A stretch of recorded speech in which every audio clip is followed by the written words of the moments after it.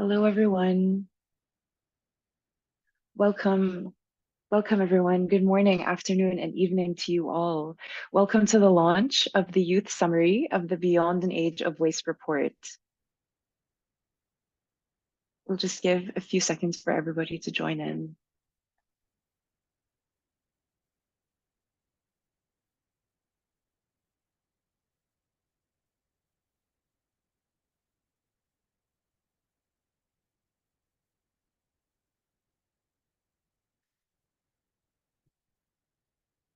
Awesome. So good morning again, afternoon and evening to everyone. My name is Janna Rodi. I'm a translational health researcher and an environmentalist working in Greenish, a youth-led environmental NGO in Egypt. And I'm also a member of the Children and Youth Major Group to the United Nations Environment Program, UNEP.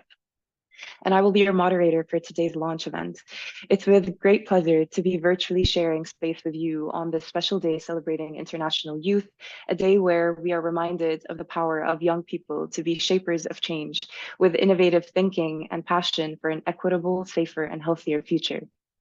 I would like to take a moment to celebrate the youth here from around the world connected through the digital space of Zoom, and also youth all around the world, especially those advocating for a safer, more just, and healthier future. Additionally, we can't forget all generations who collaborate to help create space for youth empowerment and involvement, which brings us to today's launch of an exemplified effort to support the development of a youth summary of the Global Waste Management Outlook published during the 6th United Nations Environmental Assembly earlier this year by the United Nations Environment Program and the International Solid Waste Association.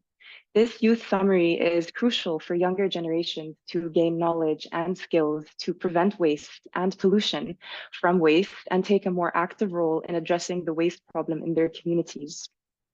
In today's launch event, you'll learn more about the 2024 Youth Summary of the Global Waste Management Outlook Report with representatives from UNEP, the Children and Youth Major Group to UNEP, as well as hear from waste management experts and young leaders in their efforts to tackle the waste problem through a panel discussion. Whilst this report launch is currently in English, of course, it will be available in all official UN languages of Arabic, Chinese, French, Russian, Spanish, and also Swahili. This will ensure the report is accessible to a wider audience to tackle a common global crisis of waste pollution. So some brief reminders before we begin. There will be a short survey shared at the end of this Zoom webinar. We would greatly appreciate your feedback. The Q&A function will be open for you to ask questions throughout the session, and we will try and answer the questions throughout the session and also during the dedicated panel discussion, where our youth leaders and experts can answer the questions. Lastly, this event is being recorded and will be shared online for you to share with your networks later and also further reflect on. So without further ado, I will now pass the floor. We will have some remarks from Ms. Kakuko Nagatani Yoshida, a representative from the United Nations Environment Program. The floor is yours. Thank you, Jana. Okay, I trust that you can hear me. Yes, excellent. Thank you, Jana. Thank you, colleagues, for having me from United Nations Environment Program. First of all, I have to say Happy International Youth Day today, being celebrated around the world. Yes.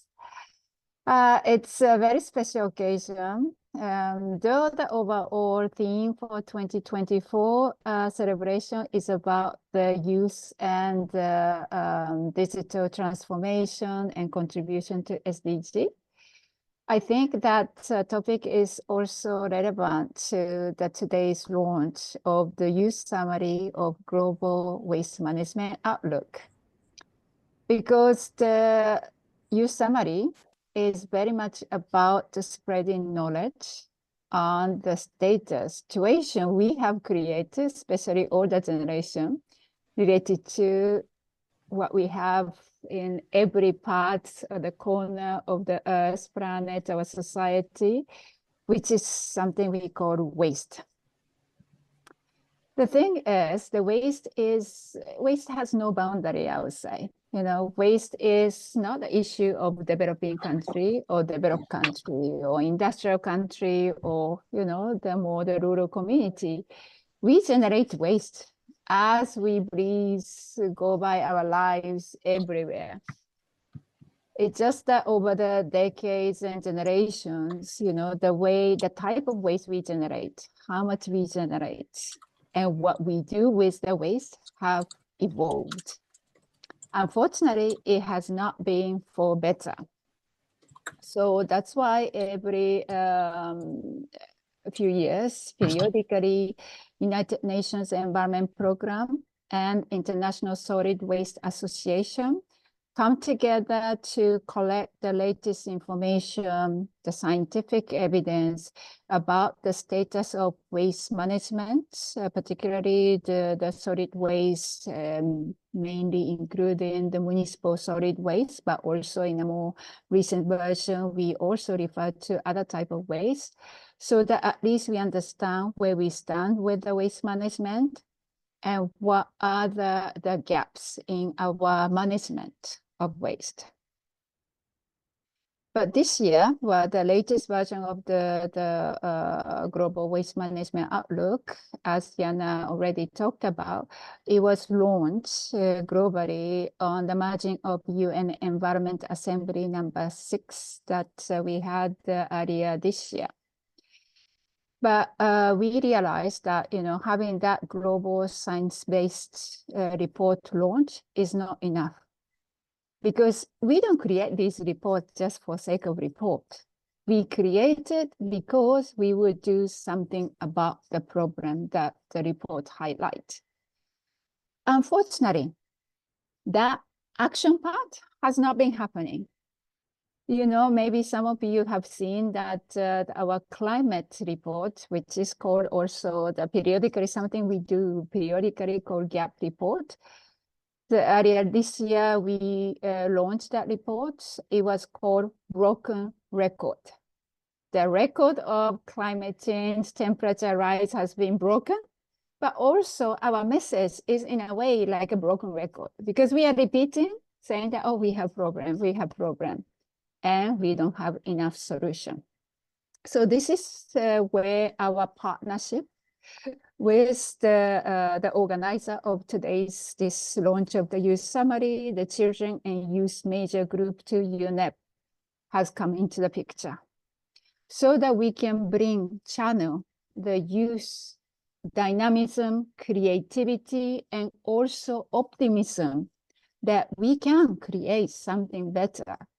The living in the dirty environment, polluted environment, full of waste, that's not what we want. We deserve better. We have basic human right to live in clean and safe environment, as UN General Assembly already recognized is a human right. So I'm extremely happy to be representing UNEP to be witnessing this launch of Youth Summary. With your dynamism among the youth and creativity, I really hope that today's conversation that this Youth Summary launch will trigger will generate a lot of talks. As our Executive Director, Inga Anderson, says clearly, and she's so right, she said that we cannot talk about youth or young people unless we create the opportunity for youth to talk. So I would like to end this opening remark by stop talking now, because now it's moment for you, youth group, to talk and let us know what we can do to bring the solution to the global problem of waste management. Thank you. Thank you so much, Ms. Kakuko, for setting the launch with your powerful words of the current magnitude of waste as a challenge and the need to translate knowledge into action to tackle the waste problem, and also for creating space for youth involvement. For our next speaker, we are passing on the floor to the young leader who spearheaded the collaborative effort to create the youth summary, Asil Abu Talib, the focal point for youth on chemicals, waste, and pollution at the Children and Youth Major Group to UNEP. Asil, the floor is yours. Thank you, Jenna. I hope you can all hear me. Great. So good morning, good afternoon, good evening, everyone. Um, it's a great pleasure, and I'm very honored to deliver this remark on behalf of the Children and Youth Major Group to UNEP. And also welcoming you to today's virtual event celebrating the International Youth Day and the launch of the English version of the Youth Summary of the Global Waste Management Outlook 2024. As we come together today celebrating the International Youth Day with the theme of Youth Digital Pathways for Sustainable Development, we can already recognize the importance of the digitalizations and the digital solutions. We're being hosted by Zoom, reading the youth summary very soon in a digital format, and with a lot of means and tools that we appreciate, and with many more to come that we can utilize and use in the way of achieving the Sustainable Development Goals, tackling the planetary crisis, and also it provides spaces for youth and for young people to gain knowledge, education, increase their capacities, and then do actions. And as you can see, these kind of collaborative events and webinars are one of the means that we are privileged to have at this time.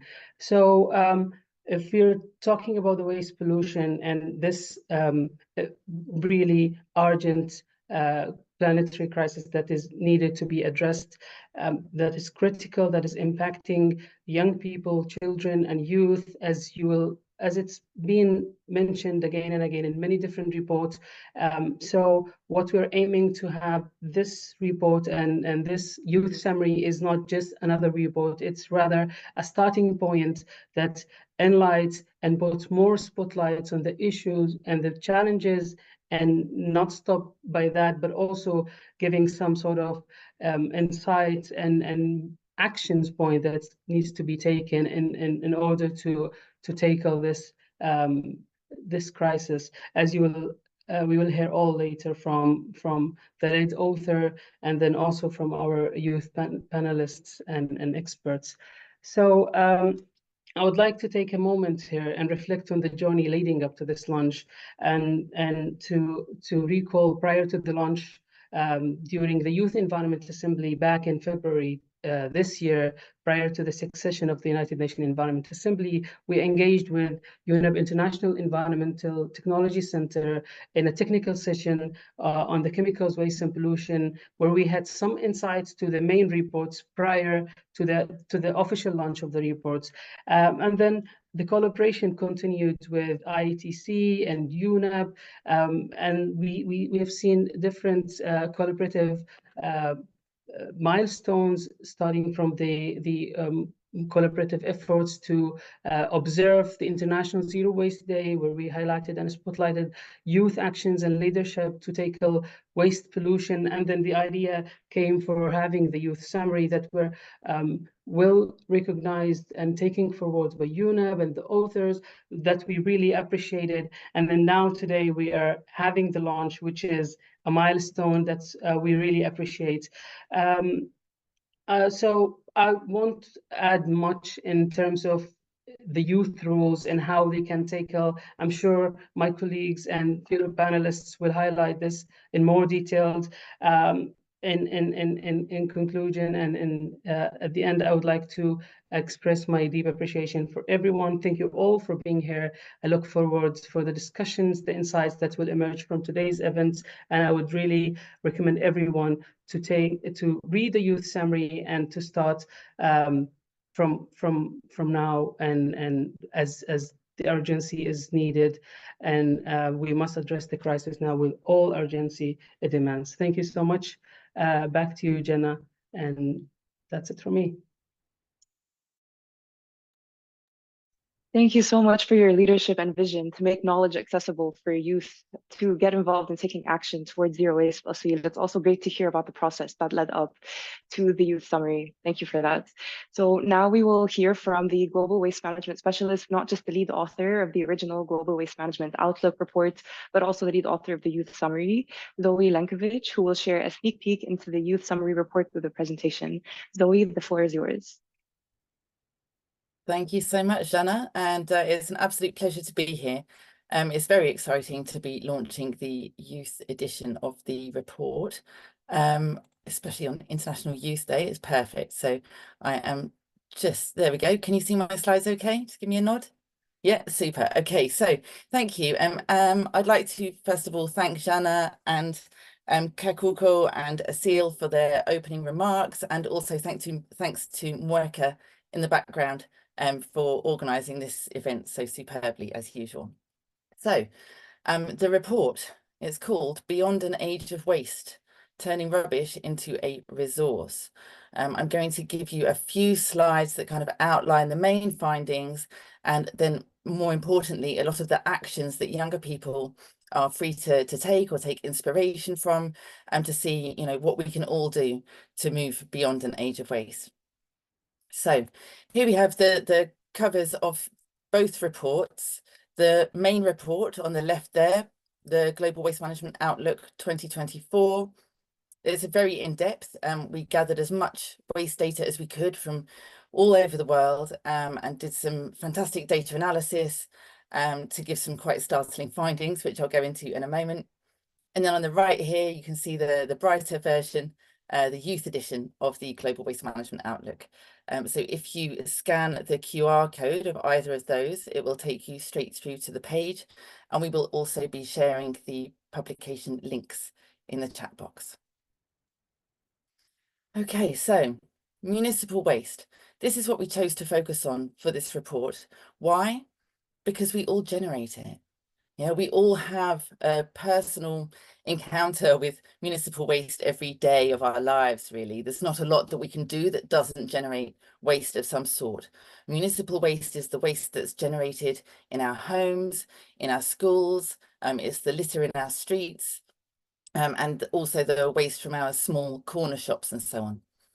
So this waste, wherever we have human settlements, we are generating municipal waste. And in fact, across the globe, we are generating more than 2 billion tonnes every year. So just let's think about that for a moment, because it's not like we're generating 2 billion tonnes and dealing with it nicely every year. No, we're building up more and more what we call legacy waste. So there's a lot to deal with and a lot to manage. And of course, this waste is contributing a lot to the triple planetary crisis of biodiversity, climate change, and pollution. And I'm really looking forward to the panel discussion that we're going to have shortly, because we've got some fantastic youth activists and professionals who are working to address the impacts of waste on the triple planetary crisis. So I won't go into this in too much detail now, because I'd like us to hear it from our panel. So what did we find when we crunched all the waste data? Well, it's not a pretty picture, to be honest with you. Waste is increasing at an astonishing rate. And what we found is that waste generation is really linked to our income levels. So the more money we have, the more we buy, and the more we buy, the more waste we generate. Now, unfortunately, nearly 40% of all the municipal waste that's generated every year is either dumped or burned.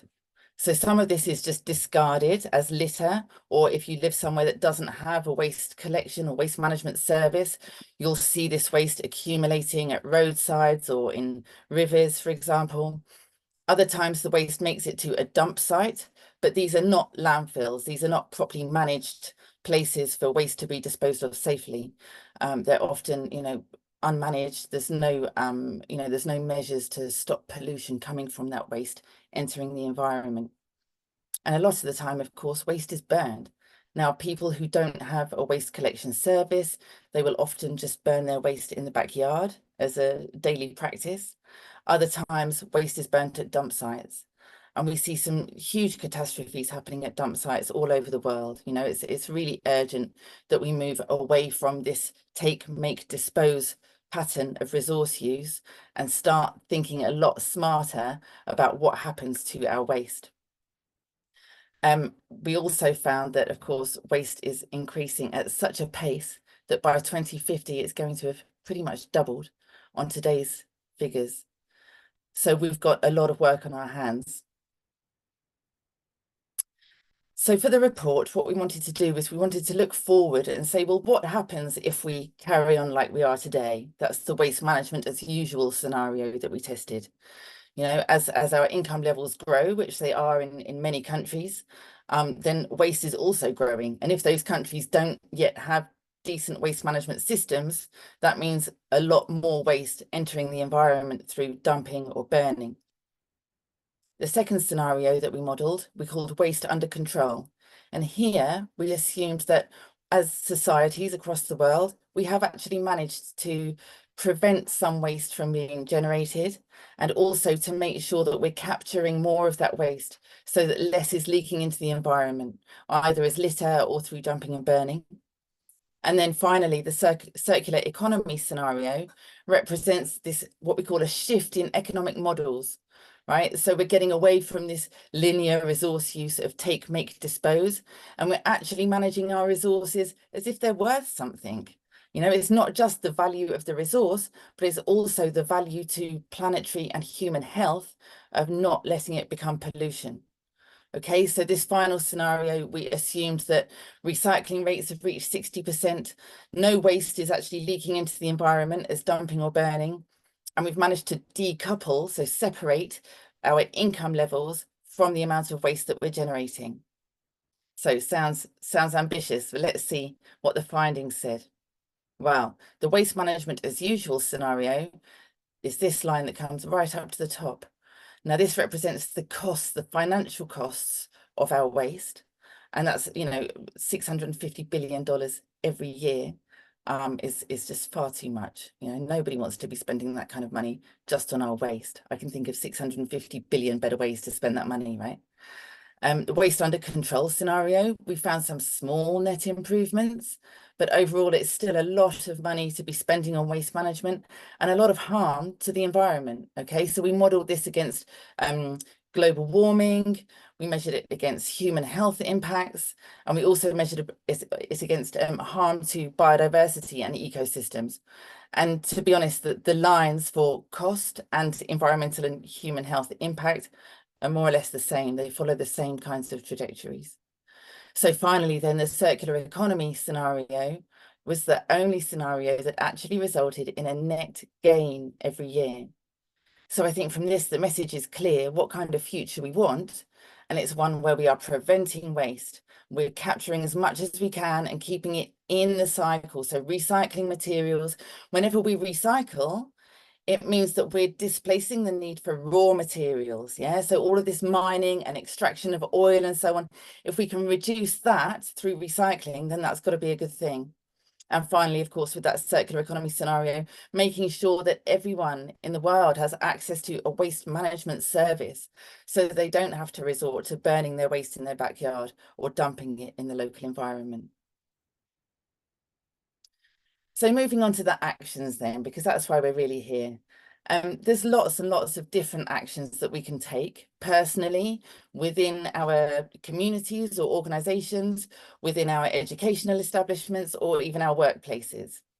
So I'm going to start with addressing local and national governments, because, you know, if you live in a democracy, or even if you don't, you have the ability to write to your government and say, look, this waste is doing harm to our population, it's doing harm to our planet. What can we do about it? So, for example, could we ask them to ban polluting products? I've put disposable vapes here, which have become, you know, a whole new waste stream that didn't exist about 5 years ago. You know, it's always disappointing as a waste management professional to see new products brought onto the market that we actually have no solution for once they become waste. And can we ask governments to commit to waste prevention? Yeah, so a lot of governments, even the Sustainable Development Goals, focus more on recycling. Now, recycling is very important, but if we're producing more and more and more waste, recycling is not going to be enough. Yeah, we've got to be producing less waste. So all these, you know, single-use containers and so on, are they really necessary? Can we think beyond this? And then can we ask governments to lead by example? Now, I'm always saying whenever I go to a meeting with a government or a council, it's about waste management. And then we're all presented with a single-use plastic bottle on the tables. And I'm always saying, why don't you get a water cooler in the corner and a glass? You know, we all drink from glasses at home. We don't need to be perpetuating this single-use system. And especially, you know, we need to be leading by example. We can't be asking society to reduce their waste if we're not able to demonstrate how easy it is to actually do that. Next, I'm going to talk about what we can ask from businesses. Okay, can we contact these businesses and demand a future free of unnecessary waste? Yeah, there's great examples of refill and reuse coming on the market now. You know, big businesses are thinking about this, but they're finding it difficult. Why? Maybe because consumers aren't ready for it. Maybe because they haven't quite got the model right yet, but I see a shift happening and it's exciting. At the moment, there's a lot of momentum behind this. So I think by showing businesses that we fully support those actions, maybe we can accelerate that change. You know, can we ask them to build products that last longer? Get rid of this built-in obsolescence where something's designed to break down or be out of date within a few years, and so you have to buy a new one.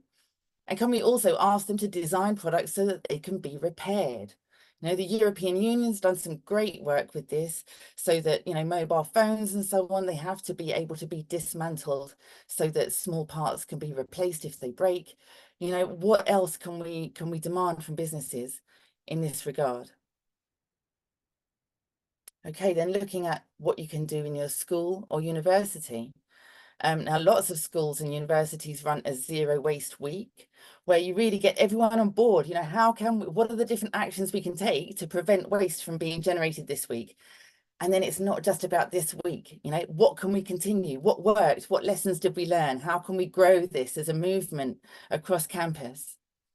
Can we be turning our canteen food into compost? This is one of the simplest things that can be done on any campus, you know. There's composting, there's also black soldier fly larvae, which is very exciting, where you feed your food waste to little wriggly maggots and they put it on as protein. They put the weight on as protein, and then you can feed them to chickens or fish and create a mini circular economy actually on site. And then within your community. Okay, what can we do in our community to show people, to get people thinking?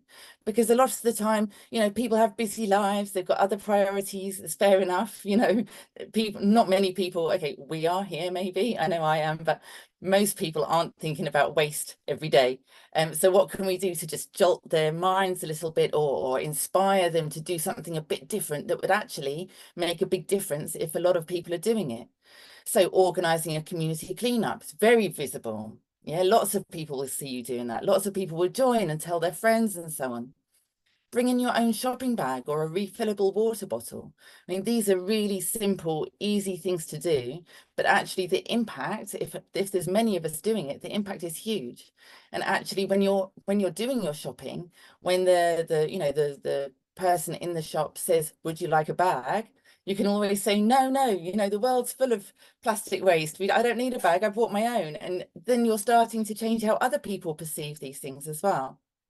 And then finally, if you're lucky enough to have a waste management service where you live, then separating your food waste and your recyclable materials. You know, none of this is rocket science. It's all really simple activities that we can all do day to day that add up to a big difference. Now, finally, could you be a zero waste entrepreneur? There's some really exciting businesses being set up all over the place at the moment. I've used a picture of Refillable here, which is from India. Now they put products onto these little tuk-tuks, these little trucks, and take them around. Now, a lot of refill services, they've started with kind of more expensive goods because they see it as something that maybe more middle-class people would go for, but not refillable. What they've done is they've filled their little tuk-tuks with low-cost products that people living in the slums would buy, right? And then they're driving into the slums and they are selling these refills for 2 rupees, 5 rupees, 10 rupees. So they're actually accessible for the people that don't have a waste management service. All right, so we're preventing waste where we most need to be preventing it. Could you set up a library of things? So this is where instead of buying something, if you need a tool, do we all need to own the same tool? Or can we just come and borrow it for the time that we need it and then bring it back? Yeah.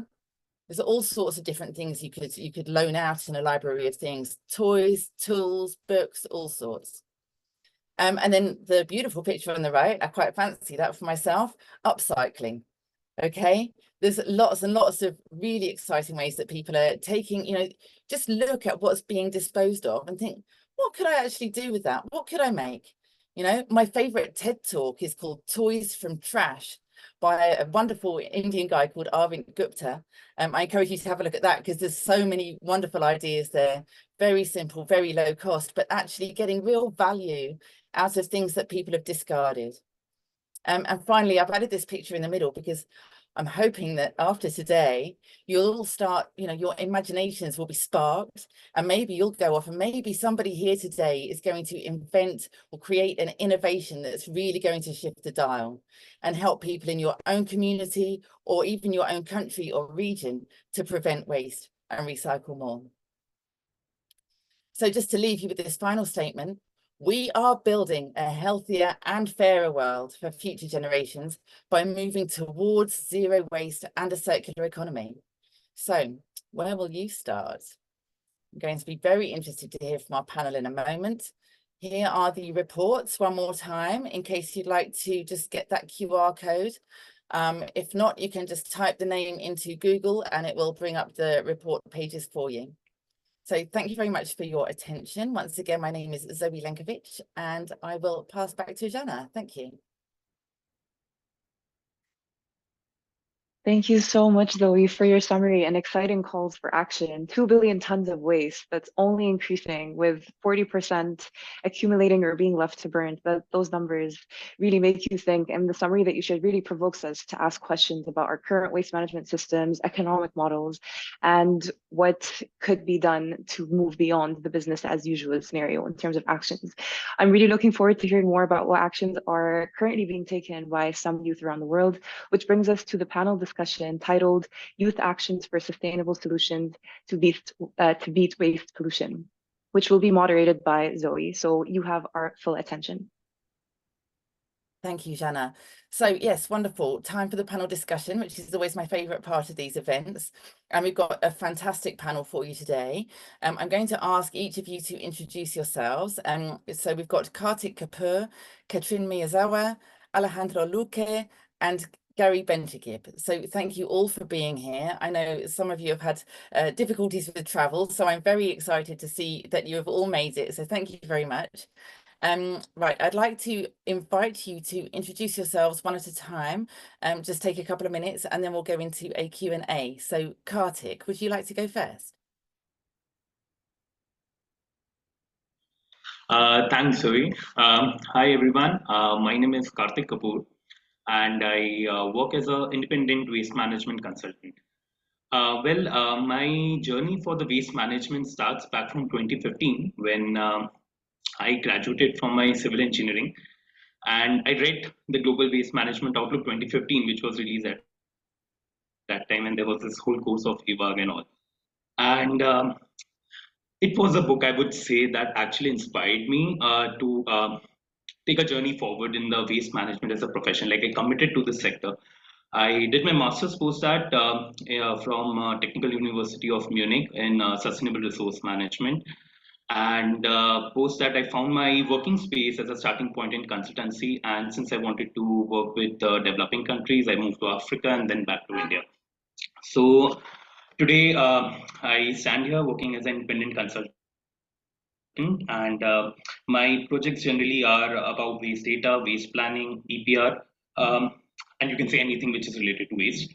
And one of the projects which I'm really proud of, which I'm currently associated, is CLOC project, which stands for Clean Oceans to Clean Communities, where we are making a waste master plan for a whole district, which would be impacting a population close to 33 million actually.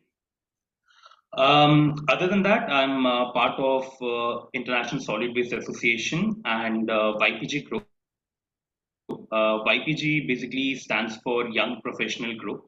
And just to give you a little background to that people who are part of ISWA and are under the age of 35, we organize ourselves voluntarily for different activities under this YPG group. We have different working groups.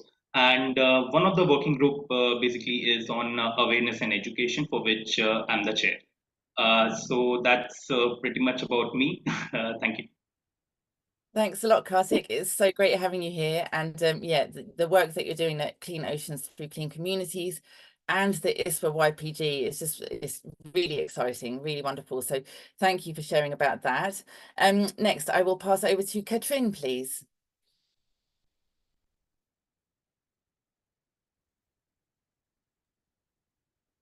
Hello, everyone. I think I'm sharing my screen. Yep. Okay. My name is Katrin Miyazawa. Thank you so much for having me today. I'm originally from Berlin, Germany, but I've been living in Japan for 8 years now. And I'm the founder of a nonprofit called Happy Planet and an ethical fashion startup called Sanft Japan. In 2019, I started the local Fridays for Future team in my city called Nagoya in central Japan with 2.3 million inhabitants, where I've been living since 2018. And a key reason why I got involved in climate activism was a short homestay at a friend's place in Leyte Island in the Philippines, on a coconut farm off-grid in the mountains. The island where I was living was struck by the strongest typhoon ever to hit the Philippines, resulting in 7,000 people dead or missing. And I strongly felt that the people least responsible for climate change with the lowest CO2 emissions are already experiencing its impacts the most. And as a citizen of a global North country, I felt deeply responsible for my actions. So this led me to start my career as a sustainability coordinator in Japan for a major Japanese manufacturing company, and as a youth community organizer with my nonprofit NPO Happy Planet, which I founded 2020.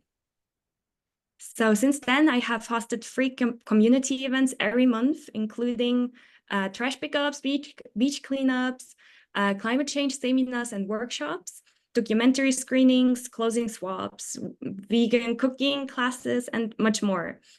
So our focus is on solutions rather than the problems itself, which sets us apart with many other local environmental nonprofits here. And with environmental issues becoming increasingly critical, these problems can feel really overwhelming.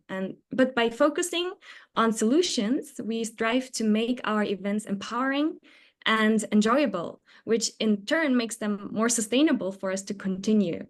So our community has grown significantly through social media and Japanese media coverage. Also with schools and universities reaching out to us, it continues to expand. And yeah, but however, I also want to impact the for-profit sector, especially the fast fashion industry, which I'm particularly passionate about. So last year, I participated in Tokyo's first ethical fashion show as a panel speaker and also as model. And the fashion industry, as most of you already know, is one of the major global polluters, accounting for about 10% of the global emissions, creating vast amounts of waste and causing significant water and land pollution. With my startup, Sanft Japan, launching this year, I aim to create a brand that is not only 100% biodegradable and plastic-free, so no polyester, no nylon, but also organic and transparently and ethically produced, and supporting farmers and factory workers. So to ensure those standards are met, I decided to visit India myself. Why India? Because it's the largest organic cotton producer in the world at the moment. And I really wanted to meet the people who are actually behind the clothes that I wear. And through my research and visits to several factories this summer, I found the perfect place to produce some of Japan's items using organic cotton and coconut leather, which is all made with ethical working conditions and strong labor rights. And the coconut leather that I want to use contains no plastics, unlike most other vegan leather products, and that it's made from waste products, so from waste coconut products that would otherwise be discarded in nature and harm the soil. So it's also a kind of circular product in that sense. Yeah, I'm very excited about where my journey with Zamf Japan and MPO Happy Planet will lead in the future. And I'm confident that we're already making a positive impact and contributing to a better and safer future for upcoming generations. Thank you for listening. Wonderful. Thank you so much, Katrin. I love your origin story. I love the idea of this coconut leather as well. Looking forward to hearing more about that. So thank you very much for being here. It's a real pleasure. Thank you. Okay, next up we have Alejandro. Would you like to introduce yourself? Thank you very much, and I hope everyone, I'm audible. Thank you very much. I'm Alejandro Luque. I'm the current civil society regional facilitator for Latin America and the Caribbean to UNEP, and here, of course, starting the journey in environmental topics with the Children and Youth Major Group to UNEP as the LAC youth facilitator as well. And well, actually, I'm connecting all the way here from Ecuador in South America, which had the first constitution to protect environmental rights with more than 40 articles in its constitution. So that's why youth and people especially need to be driven here in my country as a right to protect the environment. So and we first need to ask this question, and I ask this question, like, why should we include youth in these topics, in environmental topics, in waste management? And it's because we're playing a very dangerous game here when not preparing youth for what is coming. And that's where we need to see how we need to prepare youth for the implementation for today, for implementation on how we need to address those topics today. And when we get to these decision-making spaces, how we can efficiently accelerate this implementation, right? And for this, we need to understand waste management. We need to understand from where they come. We need to understand the chemicals behind it, what they cause, and of course, how we need to change markets, of course, affect them the least, so that we can, of course, create a zero waste ecosystem where we can, of course, all respect the environment, respect the economy, and of course, respect all the local communities working together to of course have this economic development, of course, procuring the protection of the environment. But yeah, I mean, really happy to be here, and of course, I'm happy to keep talking with you all. Thank you very much. Super. Thank you, Alejandro. Some powerful words there. Really, really good to have you here. Thank you. And looking forward to hearing what recommendations you have for our audience as well, in terms of influencing policy and that kind of thing. So thank you. Right, last but not least then, over to Gary. Nice to have you here. Please introduce yourself, Gary. Thank you, Zoe. Thank you, everybody, for having me. Really great to be here. I was stalking about a couple minutes ago, trying to get across the Bali Strait. I'm a full-time riverman, so I spend my days in some of the dirtiest rivers in Indonesia. I started with my brother and sister a couple of years ago, our foundation called Sungai Watch. Sungai means river in Indonesian. And so every set day with our troop of 150 full-time warriors, we clean a network of 300 barriers, pulling from really dirty rivers about 3,000 to 4,000 kilos. In 4 years of work, we've now collected more than 2 million kilos of plastics that we're turning into long-lasting furniture products with our for-profit social enterprise Sungai Design that we just started. So really taking waste into something much more than just waste, really to give some of the most low-value plastics a second life. We also really focus on the sorting aspect and the auditing of the trash, to really try to, figure out how to actually stop the source.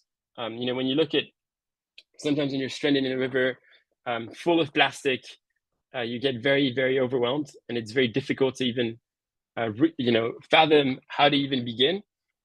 So one of the really big portion of the work that we do is really to try to audit the biggest polluters of plastic. So we have one of the biggest databases globally on brand audits. that then link back to some of the biggest polluters that we can then really push pressure to put bans in place here in Indonesia to ban single-use plastics. The war is really a big one, and I think that Zoe mentioned in her speech, but I can't tell any one of you, it's really not looking victorious at all. Tomorrow we're heading into another really big cleanup here in East Java, and it's a river that we've cleaned multiple times, but yet we're coming back to the trenches, to something that's going to be pretty horrific. So for all the young leaders out there, never lose hope. This is just the beginning of the war. Thank you, Gary. I love that message. Call to arms for us all. And I've seen firsthand the work that Sungai Watch does in East Java. I've been to one of your centres and seen how meticulously you sort everything. I've never seen anything like it. It's really impressive, and the data that you capture from that is also very powerful in terms of influencing businesses and government, especially. What you're saying about you can clean a river and then you come back a while later and it's just as filthy again. This is largely because, or one of the main reasons is because upstream communities don't have that waste collection service, right? So they're using the river as their waste disposal mechanism.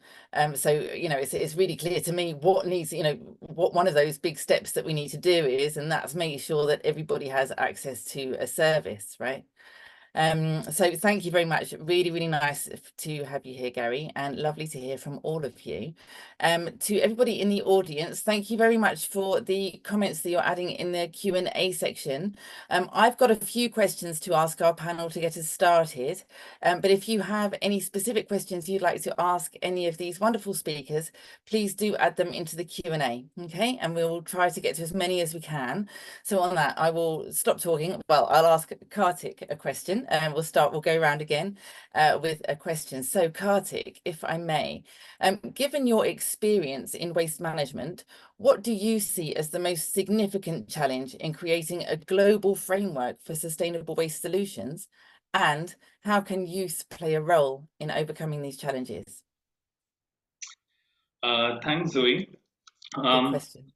So, let me start with the word that you mentioned, which is global framework. If we look at the waste management and global framework, of course, whatever is generated has to be collected and managed well. And I think the frameworks already exist.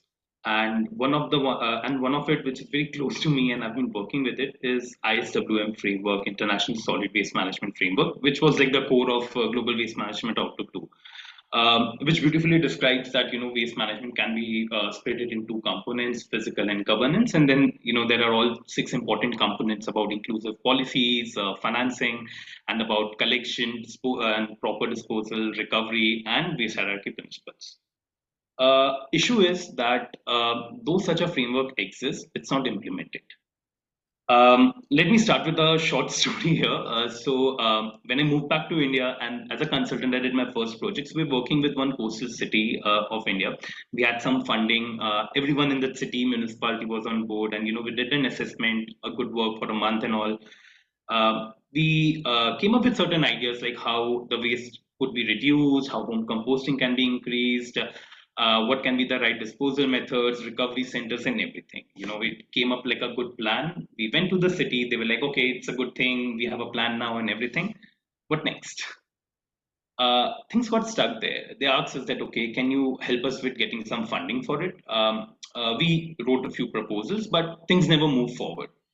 So the thing is, like, there was an intent, but there was no action. And I feel this is one of the biggest challenge that comes up when we talk about implementing or having a global framework for waste management, that we are not able to implement it. And one of the reason for having an intent, because if you go and ask anyone that do you want waste to be managed well, everyone would say yes. But there's a inaction there because there are limited resources. The financing is a bigger issue. There are not enough funds to implement such good systems. And that to me comes up as like one of the real issue and the biggest challenge that we have to address in some way. Zoe, like, initially you mentioned that, there have to be a shift towards circular economy. And, Catherine was mentioning about this coconut leather. I mean, this innovative solutions of circular economy, where, we are able to create sustainable business models. So when we look at the waste management, I mean, looking at waste hierarchy principle, we can target the waste streams, really eliminate them so that there is no waste generated downstream. And when we go downstream towards the recycling and the collection, there are innovative methods, not only just about making some product or recycling, but also about how to engage different audiences to collect the waste and channelize it in a right way. And these are some specific areas where it's a ground action needed. It's not just like the physical action in terms of entrepreneurship, but also advocacy and some support mechanism. And I think that is a critical area where today's youth can actually engage to create more financially sustainable systems, which can then be integrated with this global framework of ISWM that we have. Yeah. Great. Okay. Thank you, Kartik. Really, really valuable points there. And just to pick up on something that you were saying, yeah, these waste management systems and the costs of them. I think a lot of the time people come in thinking, oh, well, a waste management system is going to cost us this much, so we can't do anything until we've got that funding in place. But actually, what we've seen time and time again is that a lot of the most meaningful change comes from grassroots level, from community level. These systems don't have to cost a lot of money. If they're benefiting someone, if someone can make a side hustle from it, then that waste is already being sucked out of the system and turned into something valuable. So I think we need to, turn on our heads a little bit, our approach to waste management as a whole, not trying to necessarily pursue the European model or, something like that requires, a great road network and expensive infrastructure, because in many places that's never going to happen. Yeah, we need to be thinking outside of the box and being much, much more creative with how we address this, this structural problem. Okay, super, thank you. So Katrin, then I have a question for you, if I may. With your background in sustainable fashion, including this coconut leather, that's very exciting. How do you envision the fashion industry's role in combating waste pollution, and what actions can youth take to drive sustainable practices in this industry? So over to you, thanks. Thank you for the question, Zoe. So as I mentioned earlier, a significant amount of the pollution is entering the ocean due to microfibers from synthetic polyester clothes. So at the moment, synthetic polyester clothes make up around 60% of the clothing globally. And additionally, cotton farming uses around 10% of the world's pesticides, which seep into the soil and freshwater sources. And this not to mention, for example, the dyeing process and the toxins involved in leather production. There's a lot of work to be done in the fashion industry, and I believe that there are two major players who can drive change. One's the producers, and second, the consumers. So during my research in India, I spoke with several companies and companies that produce ethically, and they showed me how they are actively educating the farmers about the importance of organic cotton and farming for their health, for the farmers' health, but also the soil's health.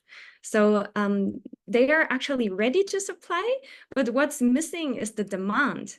So brands need to educate the consumer, and those producers, the companies cannot do it alone. So it falls on the brands to inform the consumers about where the products come from, while the producers now already trying to educate the farmers. And it's not just the country's name that's on the tag, for example, made in Bangladesh, made in Vietnam, made in China, made in India, but there are so many people and faces behind the clothes that we wear, from lands to factories. And currently, ethical fashion accounts for only 4% of the fashion market, but that number has already doubled since 2017. And we are seeing an increase in demand, and I believe we must continue educating both the consumers and the producers to change the industry. So even if you don't have your own fashion startup, as a consumer of clothing, which we all are, you can make a difference. You can, for example, host a documentary screening on the fashion industry, like the movie The True Cost, or organize a clothing swap, or even take simpler actions like buying a secondhand clothing or ethically produced clothing and use them for a very long time.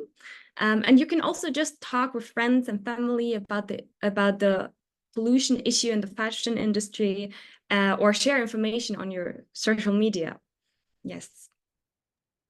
Super. Thank you for that, Katrin. Plenty of ideas for us to all get started with. And yeah, I particularly appreciate your comment that it's not just about the supply and it's not just about the demand. We have to get them both going together, but also really reassuring that the ethical clothing market is increasing at such a pace. So there's plenty of hope, there's plenty of low-hanging fruit, and there's plenty that we can all do. So thank you for that. That's great. Okay, right. So Alejandro, it's your turn. I have a question for you. As the civil society regional facilitator for Latin America and the Caribbean for UNEP, which is the United Nations Environment Programme, you have an important role on regional environmental governance. How can youth in the Latin American and Caribbean regions be more involved in influencing policies related to waste pollution? No, thank you, Zoe. No, definitely, it's a difficult task to talk about the whole region, because although Latin America and the Caribbean are very similar, we have several challenges for youth facing today. But especially for youth, I have always two things in terms of environmental governance, and is that the first one, as I said before, is to prepare youth for what is coming. And as you said something at the beginning, is that I was very exciting and very true, which is making education accessible. So first of all, what we need is for youth to ask to educate themselves. And we have several youth asking today to change school curricula, to start expanding on their education, and asking governments, asking multilateral institutions to support their education, so that we can all youth prepare better for environmental topics, especially not only, for example, asking for education, but as well educating ourselves and auto-educating ourselves, because of course, sometimes our education is not the proper one to start establishing like a proper environmental or like a waste criteria. So for example, when we talk about photosynthesis, we have in schools a lot of topics around photosynthesis, and if we start at the end learning about the nitrogen cycle, the Krebs cycle, like in its whole or like some specifics, then we need to understand as well how waste functions, the science behind it, and everything about that.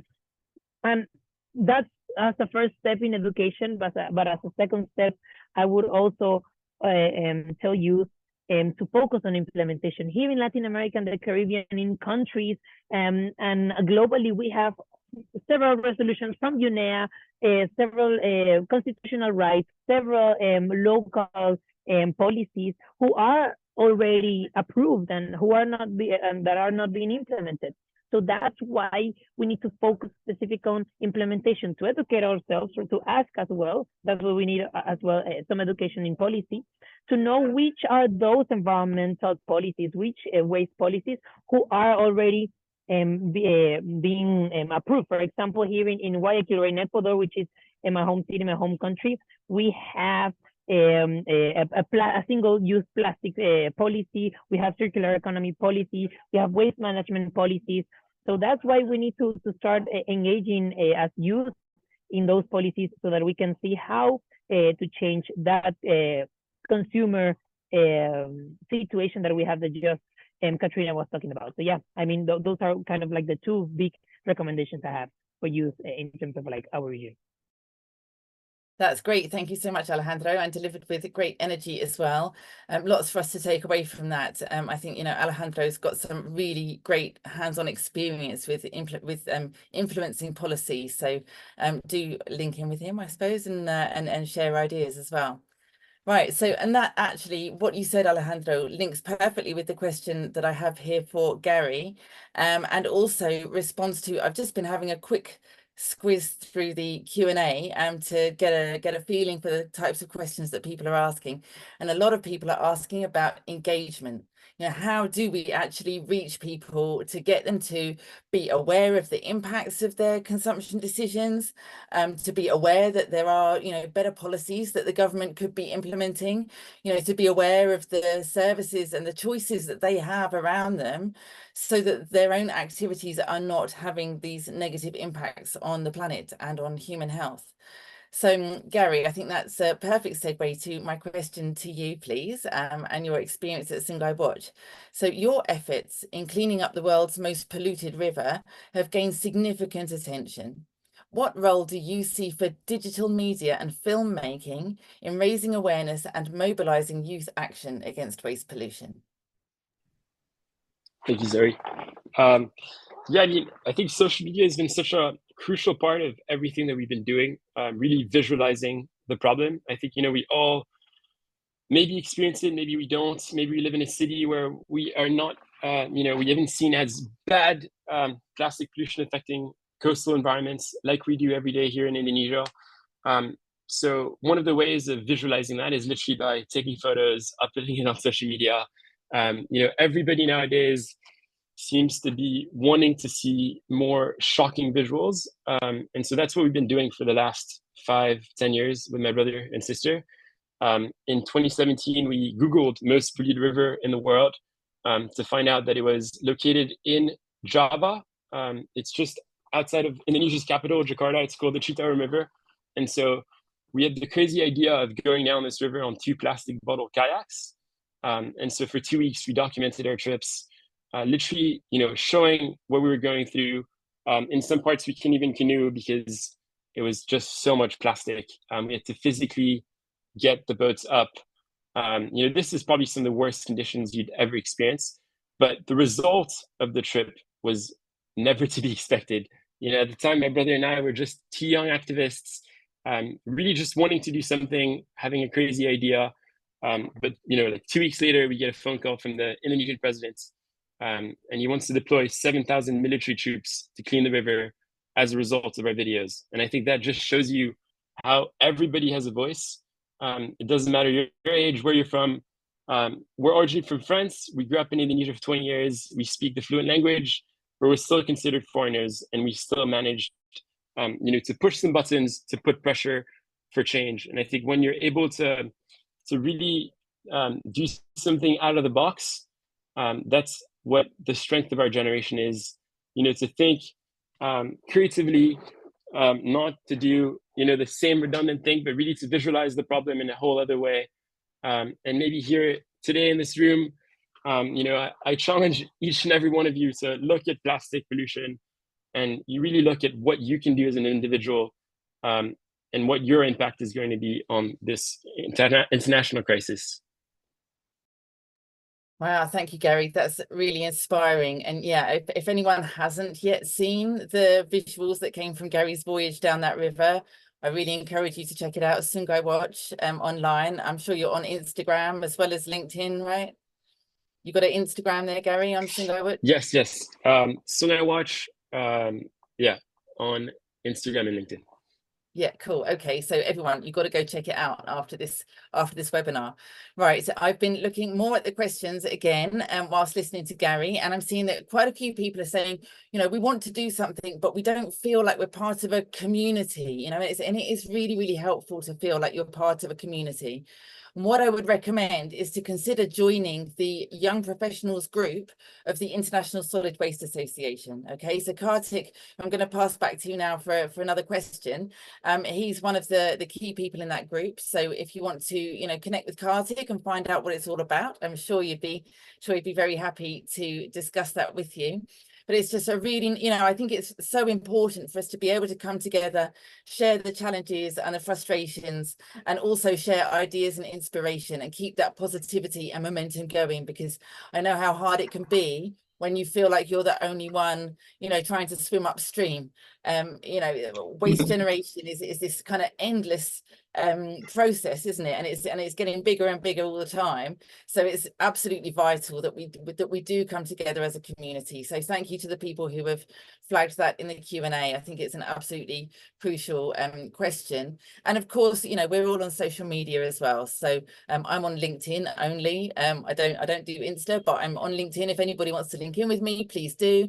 And I'm sure that if everyone nods, if you're on Insta as well as LinkedIn, the panelists.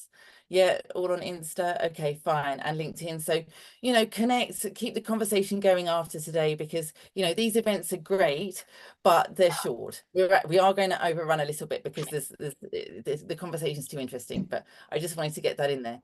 So Kartik, I have another question for you, please.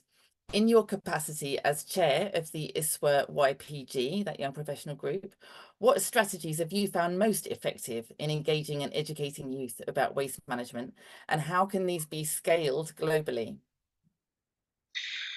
Zoe, in our working group of awareness and education, we've been doing a repetitive activity from past 4 years, where we make a announcement for a call for best practices on awareness and education, and then we do regional webinars. We had a call recently, like we closed it like 4 months ago, and we announced the winners, in which we were asking for NGOs, city people, or individuals to submit the case studies or the best practices on creating zero waste communities and focusing on awareness and education approach. And we received 74 responses on that. You know, so the thing is, like, you know, there are too many people, you know, who are doing so amazing and good work. But often we just don't know where to go find them, or, you know, read about their work. And the whole intention behind this call was to collate all these best practices together and put them up for people to look at it. So in our working group on our website, we also have a resource platform where our group keep posting things like which are of interest in this area particularly, and all these best practices are also there. So in this whole engagement, like the second part to it is basically we do regional webinars. We have one coming on 21st August, which would be focusing on Africa. So the submitters of those best practices would be invited. They would be setting up a context on like how they approach awareness and education, particularly because when we talk about awareness, it's like the main component in any activity of the waste management that we are doing. You know, so we start always by putting that, okay, we have to reach out to people. We need to do the awareness. And in my experience, working with this whole program that we do. I feel there are two important keywords, which we have learned on our path, you know, has appealed. One is like incentive, and second is recognition. When we did our first call, it was more like, okay, you know, submit your best practice, but we didn't really got that response. But the second time when we did it, we kept an award money of €1,000, and the winner got that prize money.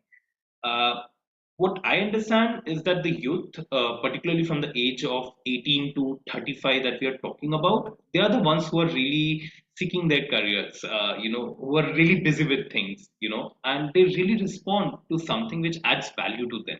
So bringing up some type of incentive model, which doesn't necessarily has to be monetary, but it can also be something like free membership or being part of some mentorship program.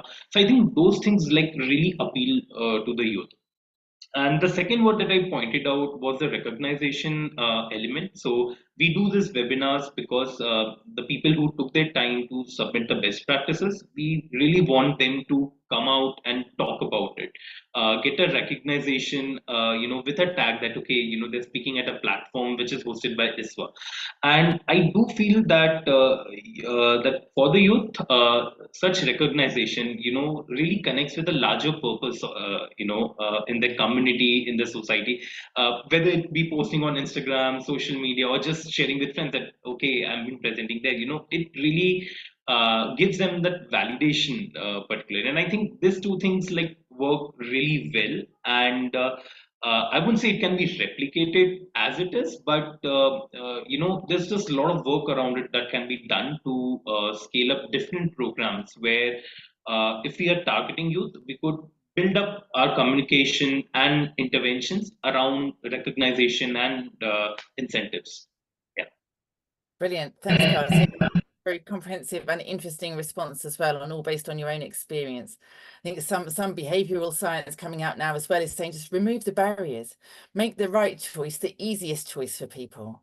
Because sometimes awareness, people might be aware, but it's sometimes not quite enough to change their behavior. But so by making it the easier option, people will take the path of least resistance. So that leads me into my next question for Katrin, actually. Katrin, how do you measure the impact of the local community engagements that you've been organising? And what advice would you give to young activists looking to start similar initiatives in their communities, please? Thank you for the question. So measuring the concrete impact of local community engagements, especially in quantitative terms, can be quite challenging. Even though we try to conduct surveys at our events, still, I can see participants and the number of participants and volunteers growing, and but still, I think the impact is more evident in qualitative sense. Though that through direct feedback from people who have joined and actually changed their behavior, or who have much more become much more active in volunteer work, bringing along friends and family. And yeah, I can understand that we can change society entirely as a single organization, non-profit organization, but we can be part of the change and work to accelerate it. So as the climate crisis and biodiversity loss and pollution issues becoming increasingly critical, it can sometimes feel quite paralyzing and easy to lose hope. However, taking actions with others and continuing to take action can be incredibly empowering as these efforts add up. So I remember there was a survey from Harvard University that shows that if only 3.5% of a specific group, say a school or population of the city that you live in, joins a certain movement, that movement is likely to succeed. So 3.5% no longer seems that impossible to me. And through collaboration with like-minded people, schools, NPOs, and companies, I want my nonprofit Happy Planet to help to achieve that 3.5% of participations. And what we are doing, I feel like, isn't difficult at all. Meeting to pick up trash and book a room to watch a documentary together, using a shared kitchen to cook vegan food, or asking knowledgeable people to hold a seminar on a certain topic. I believe most people can do these things. And we all start small, and I highly recommend beginning with whatever you feel the most motivated and passionate about. Then just keep going, even if it feels slow at first. Change will come through consistency. Yeah. I love that. Thank you so much, Katrin. And I absolutely agree with what you're saying. We have this saying that from tiny acorns, huge oak trees grow. Change doesn't happen overnight, but if we take small steps and we're consistent about that, we can really see a transformation over time. So thank you. That's a really inspiring response. I appreciate it. Okay, Alejandro, it's your turn again. And my question for you, so this goes back to my presentation as well, when I touched briefly on the links between waste and the triple planetary crisis. Now, I know that you've worked extensively on biodiversity challenges linked to waste pollution. Could you please discuss the intersection of these two issues and suggest how youth-led initiatives could address both simultaneously, please? No, thank you again for that question. Of course, yeah, part of the triple planetary crisis is biodiversity loss, or as we can call it, nature loss. And part of it, we need to understand that not only biodiversity plays here an important role in pollution, meaning that animals are being stuck with different types of materials, or that, for example, we can find several places with filled with a lot of waste, but it's more on the on the scientific and the chemical part of it. To understand a little bit more on pollution going through and traveling through biodiversity, we have, of course, the trophic levels, we have the food chains, we have from growth to all these soil cycles to produce food and everything on this.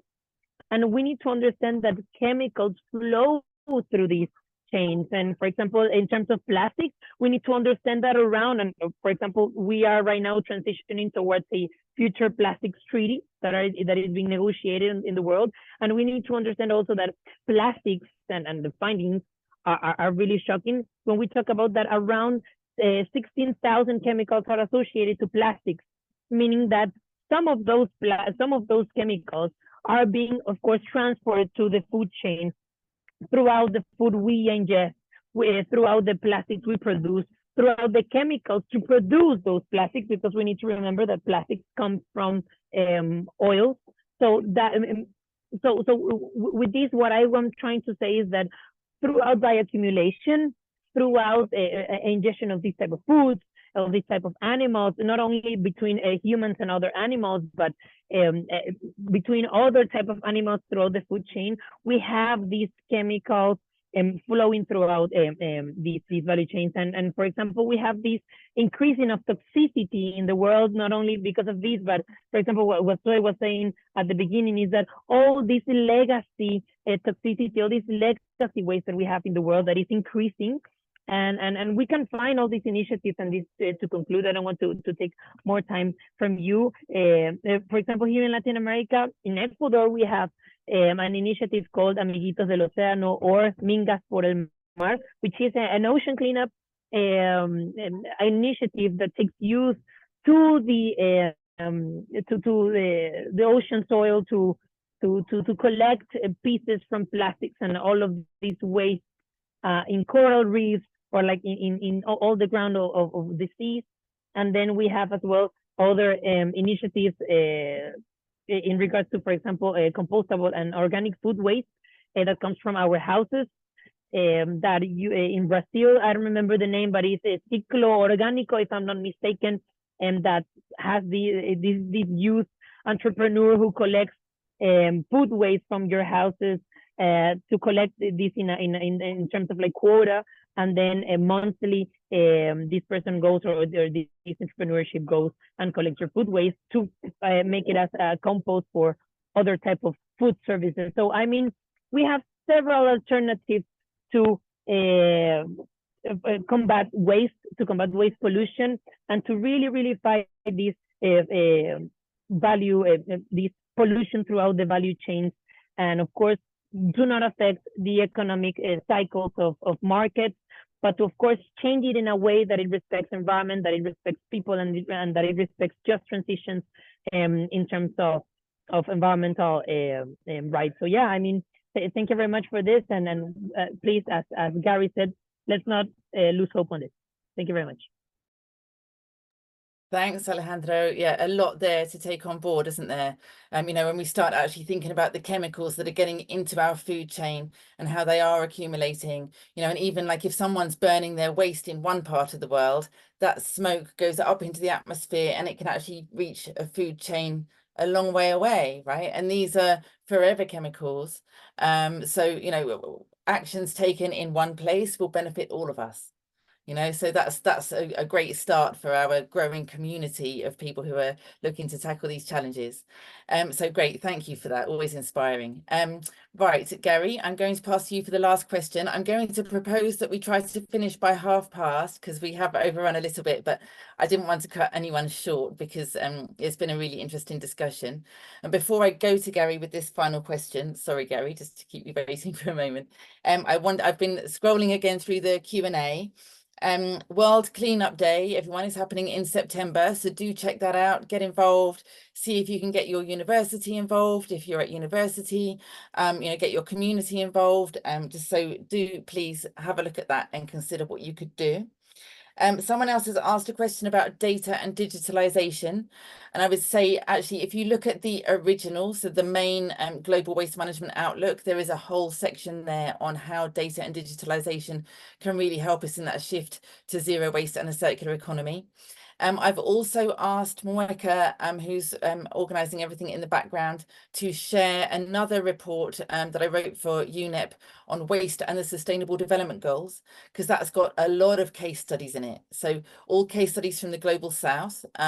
So, where people are already doing it. We don't necessarily have to reinvent the wheel. There's already some absolutely superb actions taking place that are being really, really impactful. So I'd encourage you to have a look at that report that has just been shared in the chat here. And also thank you to Moeka for sharing everyone's social media handles. So they're not in the Q&A, but if you look across to the webinar chat, you should find everybody's social media handles there. So please do take a few minutes to look us all up and connect. And that leads me then to our final question for Gary. And after this, I'm going to ask each of our panelists just to give us a 1-minute takeaway. What's the one message that you'd like everyone to when they go off and have their cup of tea or coffee after this, much needed stretch of the legs, what do you want to leave them with? So you've got a couple of minutes to think about that while Gary is responding to my last question here. So Gary, thank you very much. Considering your experience in entrepreneurship and media production, how can young entrepreneurs in the environmental sector leverage media to not only promote their initiatives, but also to foster a culture of sustainability and waste prevention? Thank you, Zoe. That's a good question. Yeah, I think I would focus on really more of the positive impacts and positive storytelling. I think, yes, as much as we want to document on our phones as young environmentalists, as young activists, as much as possible about the problem, I think that as we scroll through our news feeds, oftentimes we see what our world looks like, and that doesn't give us hope at all. So giving it a light of positivity always helps us so much. We've been really focused as well on educational content, and this is something that we're doing more behind the scenes, really for young Indonesians. And that's really to try to change their perspective. So I'm very excited to see the release of the book today, as well, to be able to adapt some of it for Indonesian classes. And it's very great to hear as well that you've been to Indonesia and you've incorporated some Indonesian case studies within that. But educational content is really the future in terms of how are we able to reach out to so many people within our social networks. For us and at Sungai Watch, we focus on youth groups as just one type of people that we reach out to, as much as the farmers. Every village in Indonesia has set a women's group. That's one of the key focuses, because they're obviously the matriarchs in every household and they control the households. They're often the last people to touch the waste after it gets out of their kitchens, often which is a plastic bag thrown in a river or burnt outside it. So really focusing more on the positivity rather than anything. Excellent. I thought I managed to get through a whole webinar without speaking whilst muted. So it was bound to go wrong at some point, right? So yeah, thank you, Gary. I love that. Keep it positive. I'm not into kind of shaming people for certain decisions or behaviors. I really don't think it works. And the evidence shows as well that it doesn't work. Keep it positive, set that example, remove the barriers, engage people in a positive community of change. I think that's really, really the way forward. So thank you very much for that. Right, we're going to have a very quick round robin then. I'll keep it in the same order so that Gary has a couple of minutes to think about his final takeaway. So Kartik, over to you, please, in less than 30 seconds or a minute maximum. What's the key message that you'd like everyone to take away from today, please? Thanks, Zoe. I think transition towards circular economy is like the very strong message that Waste Management Outlook 24 has put forward. And I would just like to stress it again, because circularity, it's a larger framework, and it's about creating an ecosystem. And and only ecosystem can survive when we are facing such a big challenge with waste generation. So I think transitioning to CE ecosystems is a key message I would like to really stress here. Yeah. Excellent, thank you, and nice and concise as well, much appreciated. Right, who's next? Katrin, over to you, please. Thank you, Zoe. So I hope that today's content has provided you with some hints or inspiration to keep going, or even to start something new. And as I mentioned earlier, with like massive issues like waste pollution or the climate crisis, it's easy to feel powerless as an individual. But it's not the case. Like small actions, like for example, Greta Thunberg's weekly strike in Sweden back in 2018, can eventually lead to world-changing movements, or even Gary's story from earlier. So yeah, the global waste pollution crisis wasn't caused by one person, and it won't be solved by one person alone. But if we keep moving forward step by step, we can reach that crucial 3.5% of the community that I was talking about earlier. Yeah, so thank you so much for having me today, and I hope we can all stay connected through social media. Thank you. Thank you, Katrin. I love that 3.5% message. It makes it feel so much more achievable, doesn't it? To start with that as your goal. And then from there, it becomes much easier to grow that change in society. So brilliant. Thanks for the takeaway. Excellent. Right, Alejandro, your turn, please. Over to you. No, thank you. Yeah, just as a final remark, I want to say the same as I said at the beginning, that we need to understand that if we do not prepare youth for where it's coming, we are playing a very dangerous game here. And for example, here, what we are trying to do is trying to empower youth to be those drivers of change that we need for a future that is possible, and we need to prepare youth for today so that we understand today the problems of today, so that we can take effectively and with accelerated pace the spaces of decision making, so that we can, of course, protect the environment and achieve all those targets that we have, and of course fight plastic pollution, fight chemical pollution, fight air pollution, all those waste pollutions that, of course, UNEP as the lead entity in environment is as well taking us and leading us through this journey. So yeah, thank you very much, and of course happy to be connected as well. Thanks a lot, Alejandro. I love that. And personally, I've got to say, I can't wait until the youth of today are the decision makers. I think you're much more switched on. You've got much more momentum and energy, and a much clearer understanding of, what's at stake here. So I'm really hopeful, and I'm actually really looking forward to it. So thank you, Alejandro. Appreciate that a lot. Yeah, great final point. Okay, so Gary, over to you then, please. Your final takeaway. Thank you, Zoe. Just looking at the chat, and from where everybody's from, you may seem remote in your own spot. Maybe you're just the only one from Uganda, or the only one in India that cares about plastic pollution. For me, that was what it was when I started 15 years ago in Bali. I think the biggest thing that I've learned on this journey has been that team up. I think I'm so grateful to be able to share this work with my brother and sister every single day. They're my best friends. I can rely on them. I have a network of friends that are every day fighting for this. This is, again, a war that we're fighting against. We have to beat plastic within our lifetime, and we have to see an end to it. Otherwise, our ocean are going to die, our planets are going to die. So team up more than anything, and let's beat plastic pollution within our lifetime. Wonderful. Thank you, Gary, for that final message. And I absolutely agree with you. I've worked with people all over the place where they're like, oh, look at the waste problem here. And I say, oh no, it's everywhere. It's not, it's not just here. But that means that the solutions, if a solution works in one place, try it out, you know, be inspired by it, iterate, you know, keep going, keep experimenting, because there's everything to play for, you know, a healthy environment, healthy human beings, a healthy future, you know, there's something for all of us there, so we can all do our bit. So thank you very much. You guys, you've been such an inspiration. I really, really appreciate you coming and joining this panel today. Thank you ever so much.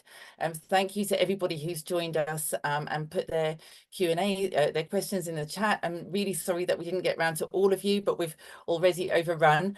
When we close this this webinar, you will be sent a short survey, and we'd really appreciate it if you could please let us know your thoughts through that. And again, we look forward to, I'm sure we all look forward to connecting with you on social media and hearing about the great things that you're doing as well. You know, a panel of 4 is a panel of 4, but there are, you know, there were 140 people that joined this, or even more than that. I think it was a big number.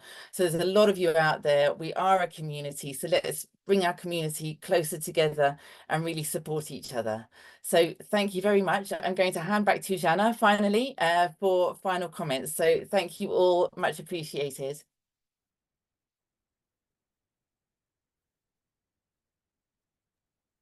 That was amazing. I'm looking for my reactions to put a clapping and a heart. I can't find it, but lots of clapping and hearts.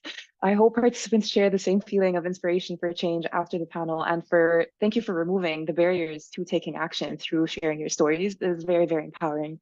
From educating ourselves of current waste management systems to building communities of practice locally and connecting regionally and globally as well with a shared problem. Thank you for sharing all of your insights. And of course, thank you to Zoe for seamless moderation of the discussion. So after this launch event, hopefully the message is clear to all participants that we need to understand the current systems through reports such as the Global Waste Outlook Management report to rethink our waste, starting at product design all the way around to reducing waste production through reuse, refill, and taking action locally, even with simple steps of cleanups or building awareness. There's no short of youth-led solution to waste, such as advocating for systems change, policy changes, and even creative solutions to waste, such as the examples shared by Kartik, Gary, Alejandro, and Katrin, and the case studies mentioned by Zoe as well, that was shared in the chat for everyone to look at as well. And of course, after this event, we hope we'll hear about your stories and initiatives too as well towards zero waste. And so this brings us to the closing of the launch. I'd like to extend a huge thank you to the UNEP representative, Ms. Kahuko Nagatani Yoshida, our youth leaders, of course, Katrin, Kartik, Alejandro, and Gary, Zoe, of course, Asil, and Aditi, who is with us too for the youth summary, to make knowledge accessible for youth to tackle the problem of waste for healthier and safer communities. And of course, Moika, who seamlessly supported the organization and flow of the event. And lastly, to all the participants for joining, we hope this launch has sparked your interest to tackle a local waste and pollution problem and actively spearhead change in your communities as well. And so this marks the end of the event. Stay tuned for more updates on the multilingual versions of the Youth Summary Report. And for more opportunities to get involved, feel free to join the Children and Youth Major Group to UNEP. And lastly, as Zoe mentioned, there is a survey that will be shared at the end of the Zoom. I will drop the link to the Children and Youth Major Group in the chat. And thank you to everyone, and happy International Youth Day. Thank you, Jana. Thanks, everybody. Bye-bye. Thank you.